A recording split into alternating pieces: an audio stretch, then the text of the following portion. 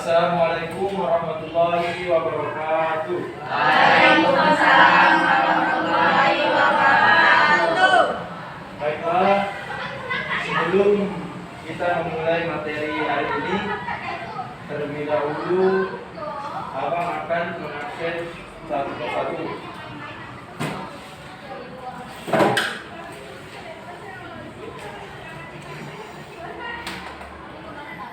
Adilah, Abri, Ahmad, Wajib, Anandita,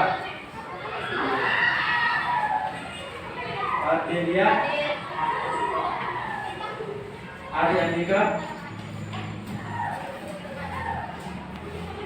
Erik,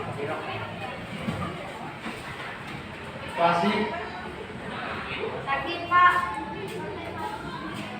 Galang, Ade.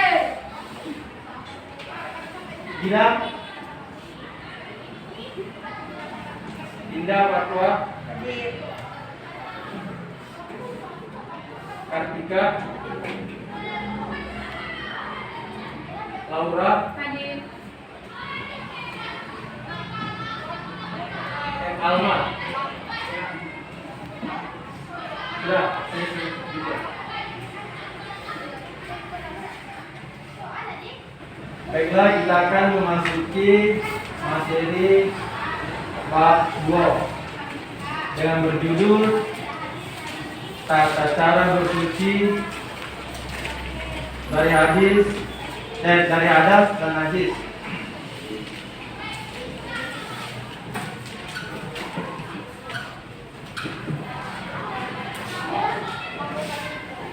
A. Najis dan hadas. Dalam istilah toharoh, seringkali kita mendengar istilah hadas dan najis. Najis dan hadas merupakan dua hal yang sangat dekat dengan kehidupan umat Islam. Keberadaan dua hal ini menjadi penyebab seorang muslim harus bersuci baik badan maupun pakaian. Yang pertama, najis. Secara bahasa, najis berarti sesuatu yang menjijikkan atau benda kotor di mata manusia. Menurut istilah fikih, najis merupakan kotoran yang wajib untuk menghilangkan dan mensucikannya dengan tata cara yang telah ditentukan. Najis merupakan kotoran yang wajib dijauhi dan wajib dibersihkan bila terkena badan seorang muslim. Hukum asal dari suatu benda adalah bersih dan boleh dimanfaatkan. Hingga kemudian apabila didapatkan adanya dalil yang menyatakan kenajisannya, maka dia dihukumi najis. Benda-benda yang tergolong najis yaitu seperti air kencing manusia, binatang, kotoran manusia dan kotoran binatang, darah, nanah, dan bangkai. Najis juga merupakan kotoran, akan tetapi sesuatu yang kotor dan menjijikkan belum tentu dikategorikan sebagai najis. Sebagai contoh, pakaian yang penuh dengan keringat dipakai berulang kali tanpa dicuci, sehingga lama keringat yang menempel di baju pakaian berubah menjadi hitam pekat,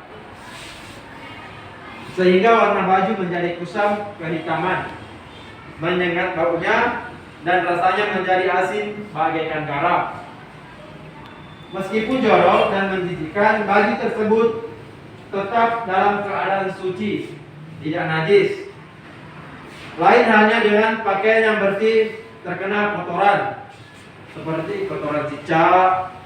Meskipun kotoran cicak tersebut telah kering, wujudnya telah hilang dan hanya meninggalkan bau yang tidak menyengat, serta kesan jorok dan jijik sudah tidak ada lagi.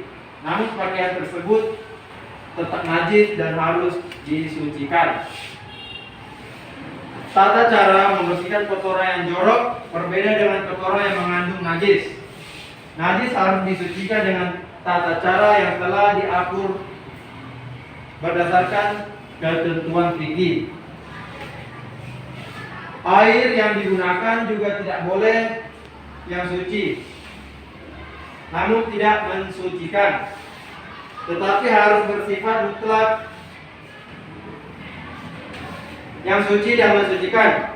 Sedangkan untuk kotoran yang tidak mengandung najis, tidak ada ketentuan hukum berapa kali harus disabun, dikucek, dan dibilas. Begitu pula air yang digunakan tidak harus suci dan mensucikan. Cukup dengan air yang suci, namun tidak menyucikan. Tujuan membersihkan kotoran dan bersuci dari najis yang juga berbeda. Membersihkan kotoran yang melekat di pakaian supaya menjadi bersih dan sehat. Adapun bersuci dari najis bertujuan agar ibadah yang dilakukan diterima oleh Allah Subhanahu wa taala. Namun demikian, tanpa menjadi tujuan, mensucikan najis dengan sendirinya juga akan mengantar pelakunya bersih dari kotoran dan berpola hidup sehat. Di sini najis terbagi menjadi 3. Adapun yang pertama najis berat, yang kedua najis ringan, dan yang ketiga najis sedang. Apa contohnya najis berat? Perhatikan yang ada di depan tulis. Yang pertama mukloza, atau diartikan dengan najis sedang, najis berat. Contohnya anjing dan babi. Terus yang kedua najis mukhaffafah, bisa juga disebut dengan najis ringan, yaitu air kencing bayi. Terus yang ketiga nih najis mutawassithah, bisa juga disebut dengan najis sedang, yaitu darah atau nanah.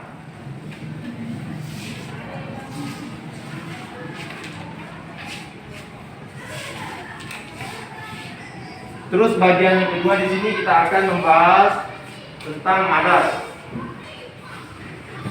Hadas adalah keadaan seseorang tidak suci sehingga menyebabkan ibadahnya tidak sah.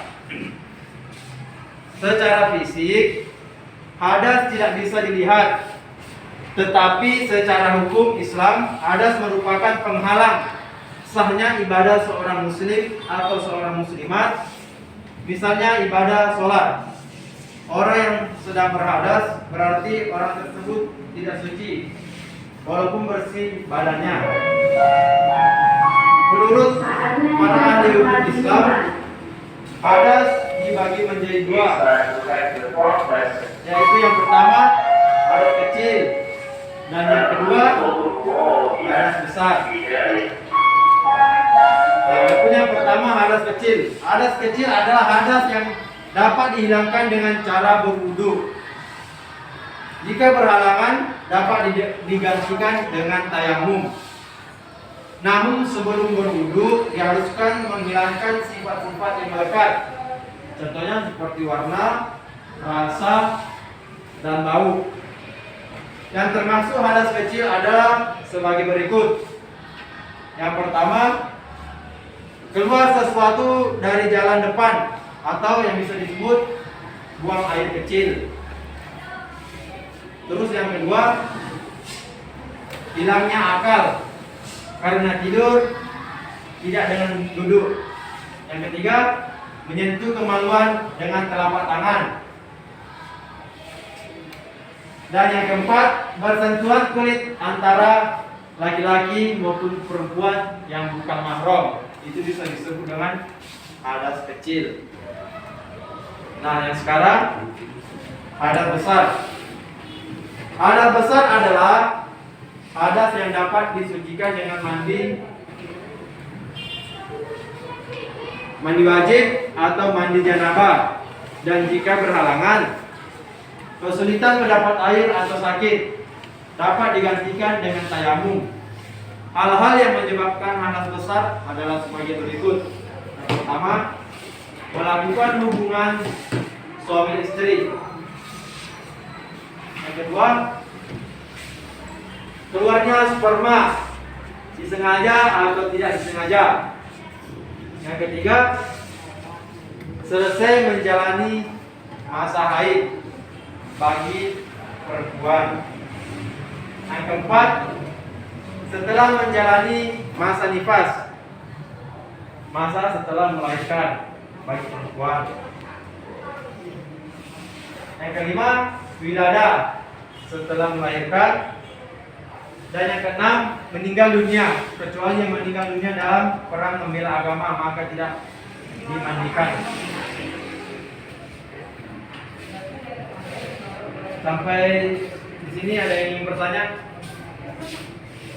Nah, yang pertama dulu. Bagaimana cara membersihkan najis ringan? Terus pertanyaan kedua, apa perbedaan najis dan hadas? apa perbedaan najis Dan hadas. dan hadas? Pertanyaan ketiga, Apa perbedaan hadas besar dan hadas kecil? apa perbedaan Hadas besar hadas besar dan hadas kecil. dan hadas kecil?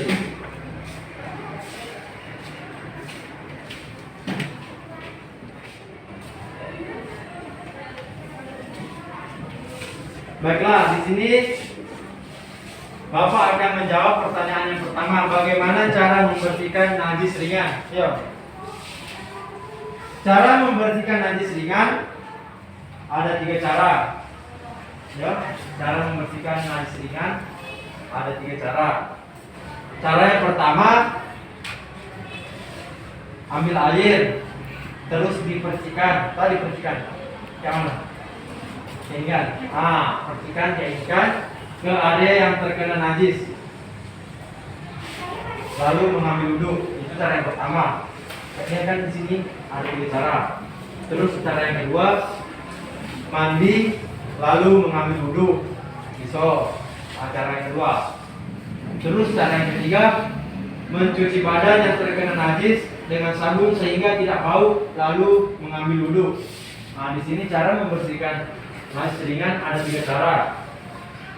Apa itu contoh najis ringan? Seperti terkena kencing bayi. Itu cara membersihkannya ada 3 cara. Cara yang pertama, ambil air terus dibersihkan bagian mana yang terkena najis. Bisa. Itu cara yang pertama. Terus yang cara yang kedua, mandi atau berwudu.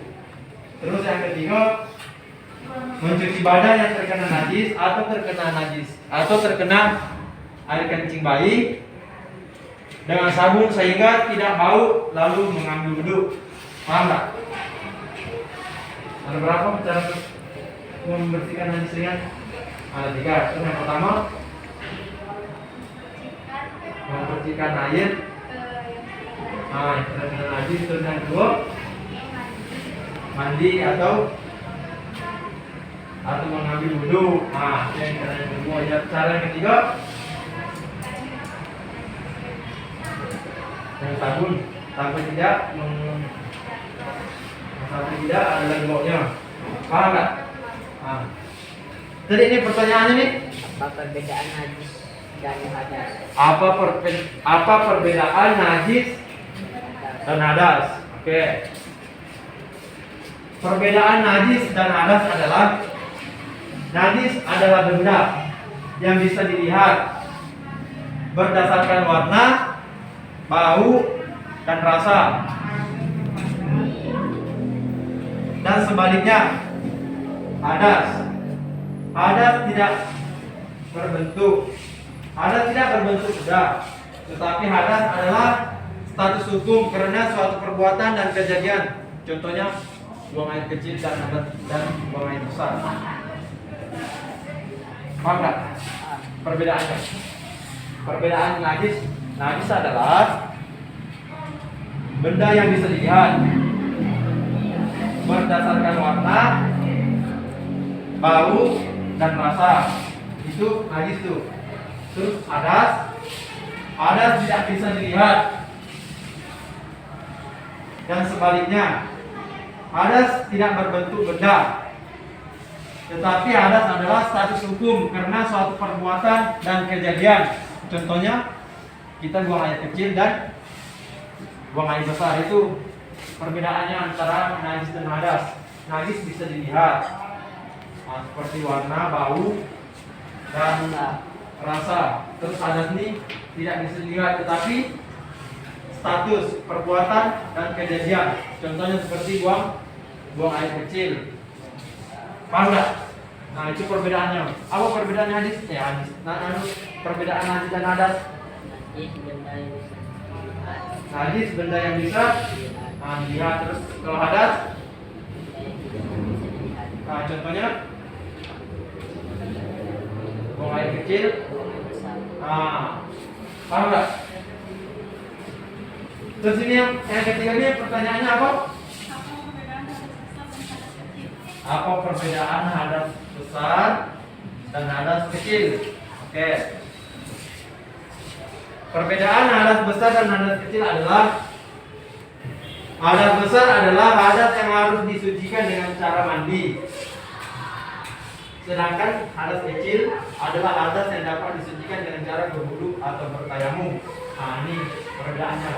Kalau hadas besar, cara membersihkannya dengan apa? Dengan mandi. Itu cara membersihkan hadas besar. Terus cara membersihkan hadas kecil dengan wudu atau tayamum. Bisa ada yang bertanya? Erik, mana Erik? Ya, paham ya?